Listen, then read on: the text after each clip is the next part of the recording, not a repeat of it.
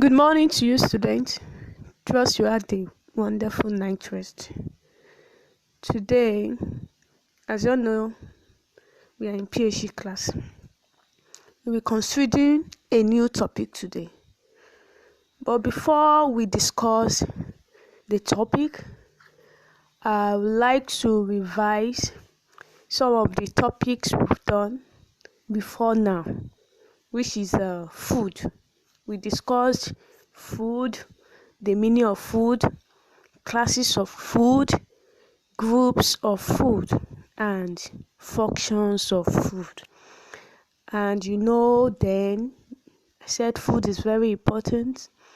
Food nourishes the body, it gives energy that you cannot do without food. I told you we have semi solid food, we have solid food, and I tried to explain semi solid food and solid food that time, and we talked about groups of food, which are body building food, we have energy giving food, we have vitamins group, minerals group, different groups of food like that. And we talked about nutrients, that they are components of food that are needed by the body in adequate amounts in order to grow, to reproduce. And there are several nutrients in each of the groups, which are protein. If you don't want to say classes of food, you can say nutrients. Proteins, there are nutrients, fats and oil, carbohydrates, minerals and vitamins. All these are nutrients, and they must be present in the food we eat. So you cannot do without food. Food is a very important topic that you need to know, and which you've even known already. So today we'll be considering meaning of diseases. What are diseases? Diseases are when your body is not functioning the way it ought to function. Any disorder or malfunctioning of the body or mind that destroys good health can be called as a disease. When you define a disease, it means when your body deviates from normal way of functioning. When your body is not function the way it ought to function, and when that happens, that means you don't have good health. You don't get yourself again. You don't really know what you are doing again. You will not be in good condition. You will not even be happy. So that is why it is very important for us to discuss disease, so that you will know the preventions. You know that even when you have it, you will know what to do. So disease is any disorder or malfunctioning of the body. That is when your body is not functioning the way it ought to function. When you have good health, that means you don't have any form of diseases, and you have a complete state of health. Now, what is a communicable disease?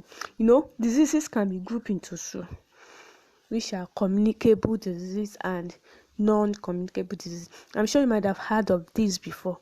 Communicable disease. What is a communicable disease? Communicable disease is one that is spread. Those diseases that spread from one person to another. It can spread from animals to humans. So communicable, that is disease that can be transferred from one person to another through various ways. You can contact disease with blood and bodily fluids.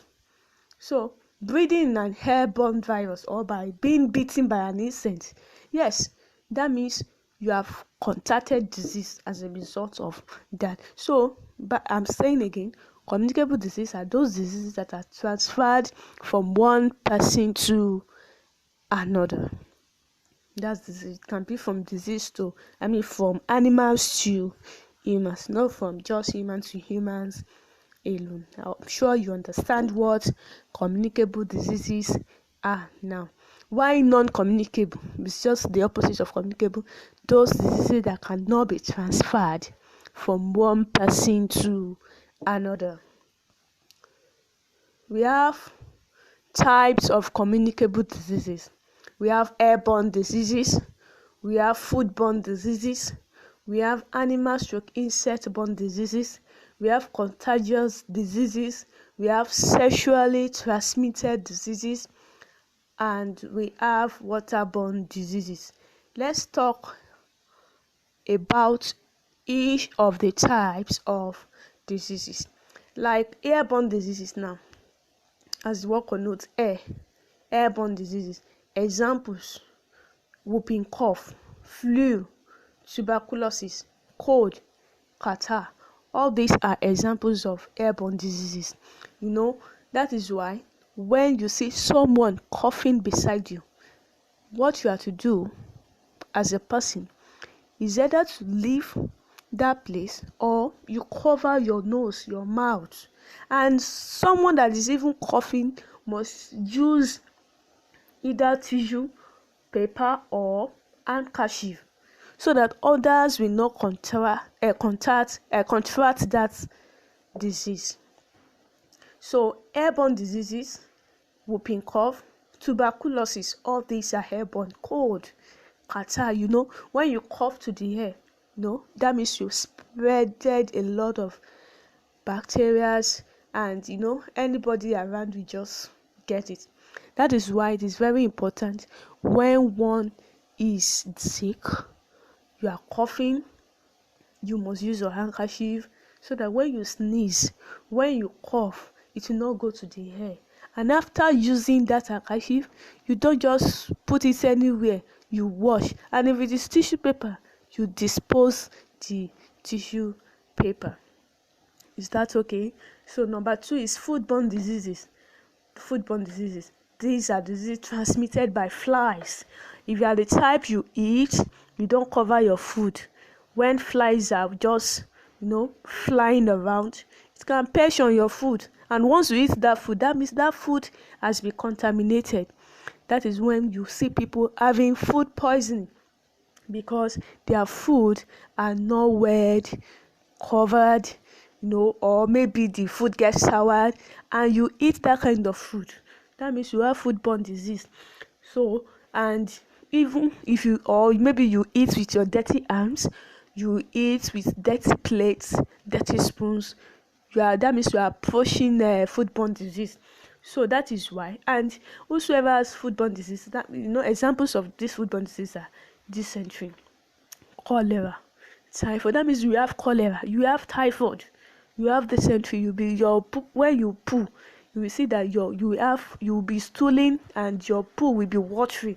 That is why all this you have to know them. There's some things you don't know that you are doing. So when you eat clean food, neat food, covered food, well preserved food, so that you'll be far from this kind of diseases. Number 3 is animal/insect-borne diseases. Some are caused by animals bites and insect bites. Animal bites like rabies. When dog bites you, that disease, if you don't treat it, one can have rabies. And rabies is caused by dog bites.